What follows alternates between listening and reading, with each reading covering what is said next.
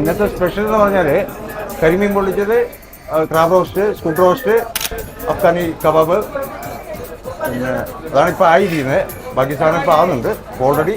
ഇന്നത്തെ special മടിവാളയിൽ Kerala meals കിട്ടുന്ന റെസ്റ്റോറൻറ്റുകളിൽ ഒരു റെസ്റ്റോറൻറ്റിലാണ് നമ്മളിപ്പോൾ വന്നിരിക്കുന്നത്. Welcome to savoury സീഷൻ. आज का स्पेशल है क्या? हाँ വേറെ ഐറ്റം ഉണ്ട്, പപ്പടം വെച്ചൊരു പിടി പിടിക്കുക. കേരള സ്പെഷ്യൽ മീൽസിന്റെ കൂടെ പയറ് തോരൻ, പുളിഞ്ചി, മുളക് അച്ചാറ്, മുളക് കൊണ്ടാട്ടം, അവിയല്, ബീട്രൂട്ട് കിച്ചടി, തേങ്ങ ചമ്മന്തി, മോരുകറി, പായസം. ഇത്ര ഐറ്റംസ് ഉള്ള ഒരു വെജ് മീൽസ് 110 രൂപയ്ക്ക് എനിക്ക് അഫോർഡബിൾ ആയിട്ട് തോന്നി. കൂടാതെ ഫിഷ് മീൽസ് വേണമെന്നുണ്ടെങ്കിൽ ഫിഷ് മീൽസ് ഇവിടെ അവൈലബിൾ ആണ്. വേറെ ഐറ്റം ഉണ്ട്, പപ്പടം വെച്ചൊരു പിടി പിടിക്കുക. കോരി കോരി എടുക്കുക. തക്കാളിയാ കുറച്ച് ചൂട് പൊറോട്ട എടുത്തിട്ട് ഫുഡ് ട്രൈ ചെയ്യാം.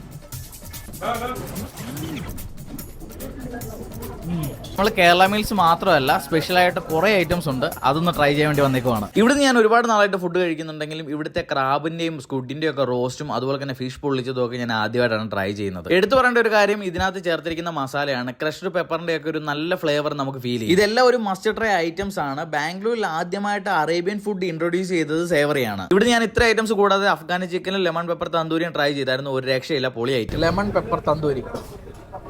നമ്മൾ സാധാരണ തന്തൂരി ചിക്കനൊക്കെ മേടിക്കുന്ന സമയത്ത് പുറത്ത് അവർ ഗാർണിഷ് ചെയ്തേ ഉള്ളൂ. പക്ഷെ ഇത് കണ്ടോ, ഉള്ളിൽ നല്ലപോലെ മസാല ഇട്ടിട്ടുണ്ട്. കണ്ട, ഇത് അഫ്ഗാനി ചിക്കൻ. ട്രൈ ചെയ്യട്ടെ. ഷെഫായിട്ടുള്ള കണ്ണൂർക്കാരൻ സൈചേട്ടന്റെ ഈ ഒരു മസാല കൂട്ട് ഒരു രക്ഷയില്ല, കിടിലം ഐറ്റം.